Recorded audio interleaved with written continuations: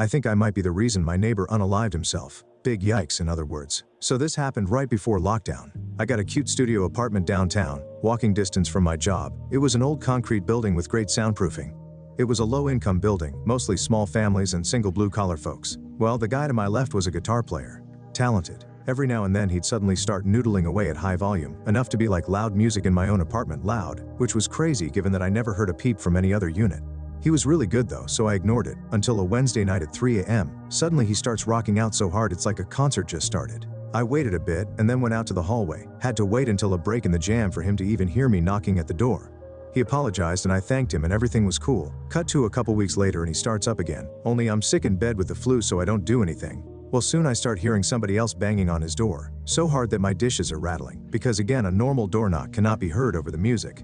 I heard shouting and deliriously went back to sleep. The next night, 2 a.m. rolls around, and neighbor hits one note on his electric guitar and holds it. For 10 minutes. Brah. Still I'm too sick to do anything and the door pounding starts again. I don't think my neighbor answered it either time. I think he assumed it was me, because the next morning I woke up and there's a broken guitar string coiled neatly just outside my door. So at this point I'm starting to get nervous. This is pretty much a clear fuck you, and it's sitting literally right at the door to my apartment where I live alone. Well, it was only the beginning. I guess he was also getting in trouble for smoking inside, though I didn't know this at the time. First he started throwing food up and down the hallways, like chili and baking powder, hurled all over the walls. Happened a few times, sometimes at night, sometimes in the day, and I'd come home to find the long-suffering maintenance guy scrubbing our walls. He pulled the fire alarm in the middle of the night twice. Then one night I hear screaming and smashing right outside in the hallway, and he's out there threatening unalived himself and smashing his guitar into people's doors.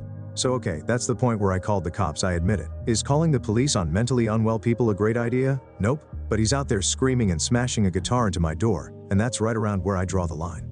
He was taken out and put into an ambulance. I talked to the building manager the next day. She told me that he'd been taping cigarette butts to people's doors and pinning knives into the walls, but nobody else was willing to report him.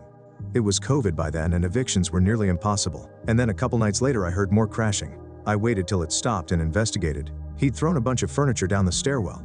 You know, the fire exit. Mr. Pull the fire alarm in the night was now blocking the escape stairs. I went back to the building sub, and I'm pretty sure this move was what got him an eviction notice. Only, he never moved out, he just vanished. Left all his equipment behind. Guitars, amps, expensive stuff.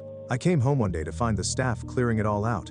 They said they'd waited nearly a month and he just never came back. My guess is the poor bastard probably punched his own ticket.